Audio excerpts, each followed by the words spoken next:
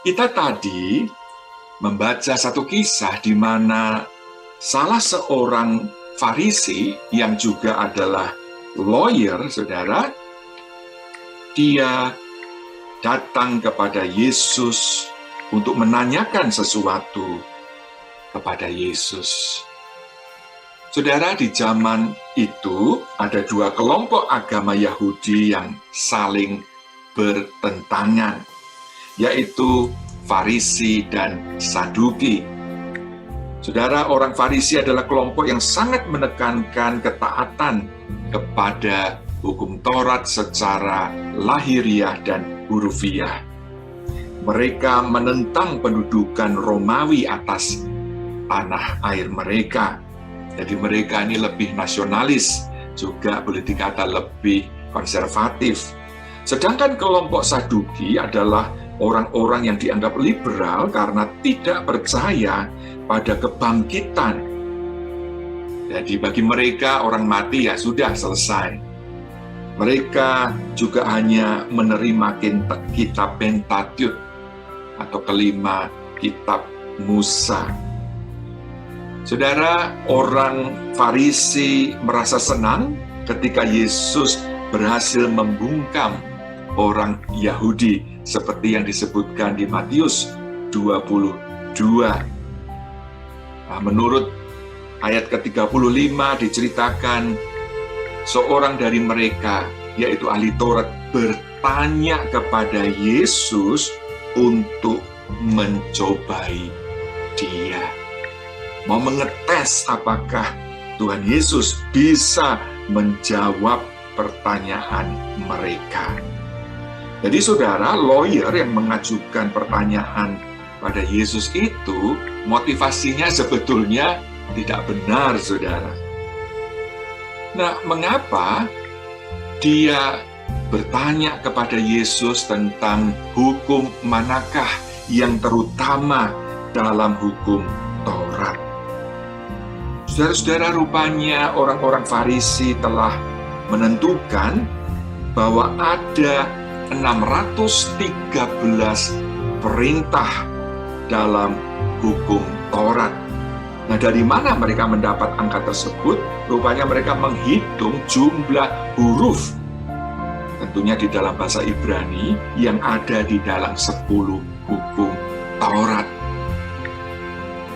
Atau 10, maksud saya perintah Allah, ya, the Ten Commandment. Nah, dari 613 ini mereka bagi menjadi dua,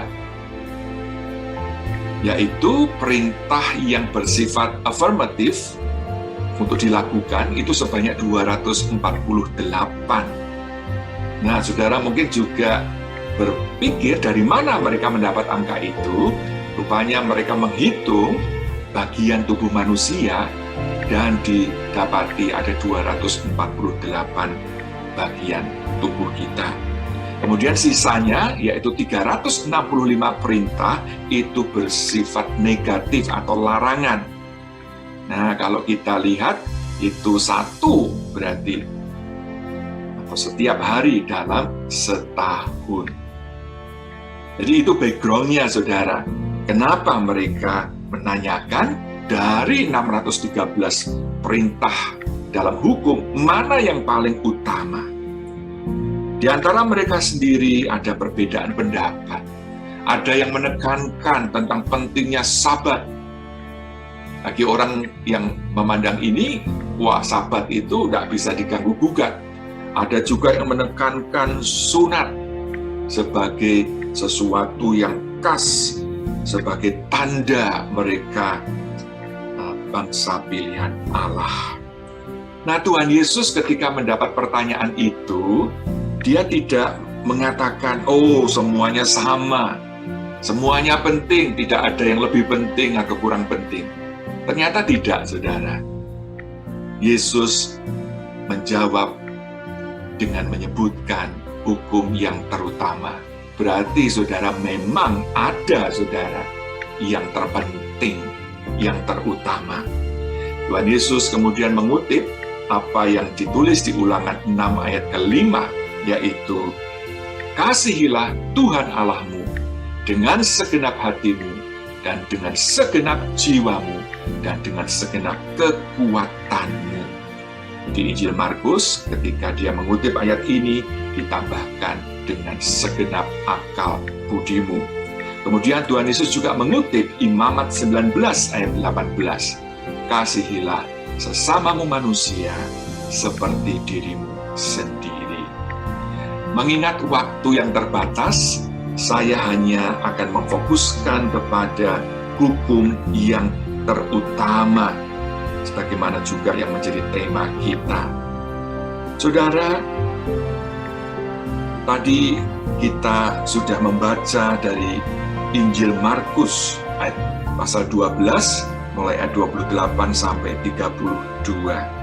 Di ayat 29, Tuhan Yesus menjawab, hukum yang terutama ialah, dengarlah hai orang Israel, Tuhan Allah kita, Tuhan itu Esa. Kemudian, kasihilah Tuhan Allahmu dengan segenap hatimu, dan dengan segenap jiwamu, dan dengan segenap akal budimu, dan dengan segenap kekuatanmu. Apa yang Yesus nyatakan ini bagi orang Yahudi bukan sesuatu yang asing, saudara. Saudara mungkin pernah mendengar istilah Shema. Saudara, setiap orang Yahudi Ortodoks membacakan ayat-ayat ini ya, dari Ulangan 6 ayat 4 dan 5 ini. Kemudian mereka salin juga, lalu potongan-potongan kecil berupa perkamen itu mereka taruh di dahi dan juga lengan kiri mereka ya, dalam wadah yang kecil yang dikenal sebagai phylacteries. Nah, ini Shema, lalu ini yang orang-orang Yahudi kenakan sampai hari ini. Orang-orang Yahudi yang tidak percaya bahwa Yesus itu Mesias, Anak Allah, masih menggunakannya. Mari kita sekarang melihat apa sih yang dimaksud dengan yang pertama atau terutama, yaitu kasihilah Tuhan Allahmu. Saudara-saudara, kata kasihilah di dalam bahasa Yunani adalah agapesis atau agape, ya, satu kata yang sering kita dengar. Nah, ternyata kata agape ini sama dengan kata kasih yang ada di Yohanes 3 ayat ke-16. Saudara pasti menghafal ayat ini ya, karena begitu besar kasih Allah. Agape Allah itu begitu besarnya akan dunia ini, manusia, akan saudara dan saya, sehingga ia telah mengaruniakan anaknya yang tunggal, supaya setiap orang yang percaya kepadanya tidak binasa, melainkan beroleh hidup yang kekal. Wow, saudara, ayat ini begitu indah, menyatakan betapa besarnya, bukan cuma Allah disebutkan mengasihi kita, tetapi Dia mengasihi kita dengan begitu luar biasa besarnya. Dan kasih Allah ini bukan hanya diucapkan, disampaikan lewat nabi-nabi, tetapi diwujud nyatakan dengan mengaruniakan anaknya yang tunggal, Tuhan Yesus Kristus. Supaya apa? Setiap orang yang percaya kepada Tuhan Yesus tidak akan masuk ke neraka, melainkan akan tinggal selamanya bersama dengan Allah di surga.